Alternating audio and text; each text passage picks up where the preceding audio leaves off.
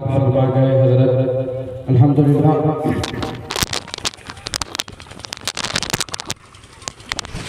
بس 2 دن سے بول رہا ہوں، بیٹھ کے بول رہا ہوں، 2 منٹ کے لیے کھڑا ہوں انشاءاللہ۔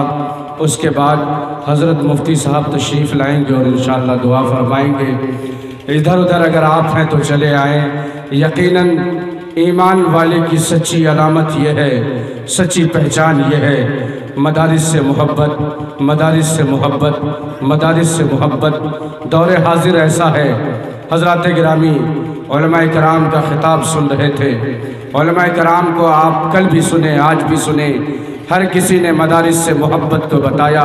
یاد رکھیں، سماج میں بے راہ روی، سماج میں خرافات، سماج میں برائیاں جو عام ہوتی جا رہی ہیں، انہیں ختم کرنے کا، انہیں جڑ سے اکھاڑ پھینکنے کا ایک بہترین ذریعہ یہی ہے کہ اپنے بچوں کو تعلیم کی زیور سے، تعلیم کی دولت سے آراستہ و پیراستہ کرنا ہے۔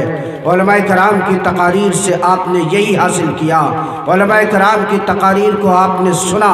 ہر کسی نے ہمیں اور آپ کو ایک ہی مدے پر اکھاڑنا چاہا، ایک ہی مدے پر جما کے رکھا کہ ہر بیماری کا علاج، ہر مرض کا علاج تعلیم ہے، تعلیم ہے، تعلیم ہے۔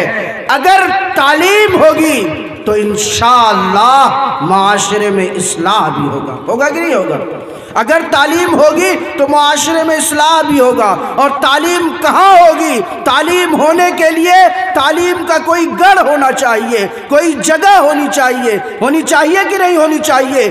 ایک واقعہ مفتی صاحب سناتا ہوں، اس کے بعد حضرت مفتی صاحب مائک پر۔ ایک واقعہ، حضرت مولانا خلیل الرحمن صاحب سجاد نعمانی تشریف لائے تھے، وہ کارگزاری بیان فرما رہے تھے۔ کارگزاری یہ بیان فرما رہے تھے کہ جب غالباً روس کی حکومت نے یہ اعلان کر دیا کہ سنو قرآن پڑھنے پر پابندی لگا دی گئی ہے، اگر یہاں پر کسی مسلمان کے گھر میں قرآن کا ایک نسخہ بھی نظر آیا تو اس مسلمان کو جیل میں بند کر دیا جائے گا۔ قاری صاحب کہا کہ اس مسلمان کو جیل میں بند کر دیا جائے گا، اس مسلمان کو جیل میں بند کر دیا جائے گا۔ تو پھر جب وہاں کے لوگ آئے، یہاں پر تلاوت قرآن کیے، تو حضرت مولانا کہنے لگے کہ ہم سننے کے بعد تذبذب میں پڑ گئے کہ جب وہاں قرآن کی تعلیم سے روک لگا دیا گیا ہے، جب وہاں قرآن پڑھنے پر پابندی لگا دی گئی ہے، تو پھر اتنا بہترین قرآن کہاں سے انہوں نے سیکھا؟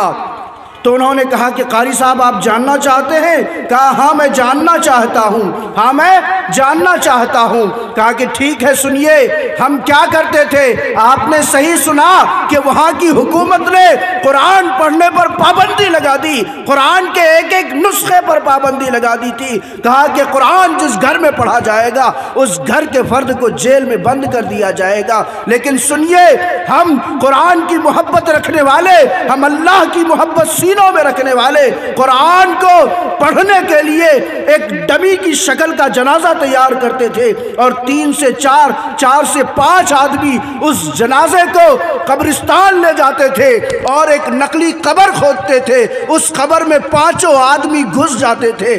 سامنے راستے میں کوئی پولیس والا مل جاتا تھا کہ کہاں جا رہے ہو؟ تو کہتے کہ جنازہ لے کر کے جا رہے ہیں۔ اس قبر میں 5 آدمی گھس جاتے تھے اور وہاں اس قبر میں بیٹھ کر کے قرآن کی تلاوت کرتے تھے۔ بتایا انہوں نے کہ مولانا سنیے، تقریباً اسی قبر میں گھس کے 300 حافظ قرآن تیار ہو گیا۔ کہیے اللہ اکبر۔ اے مسلمانوں، غور تو کیجئے کہ آپ کو بہترین نعمت اللہ تبارک و تعالیٰ نے مدرسہ محمودیہ کے شکل میں عنایت کیا ہے۔ آپ اس کے باوجود بھی اپنے بچوں کو اگر جاہل رکھ رہے ہیں، اپنے بچوں کو قرآن کی دولت سے آراستہ و پیراستہ نہیں کر رہے ہیں، تو یاد رکھیے پھر وہ دن دور نہیں، پھر وہ گھڑی دور نہیں، وہ ساعت دور نہیں جب آپ کے گھروں سے، آپ کے محلے سے، آپ کی مسجدوں سے، آپ کے مدرسوں سے قرآن کی تعلیم ختم ہو جائے گی۔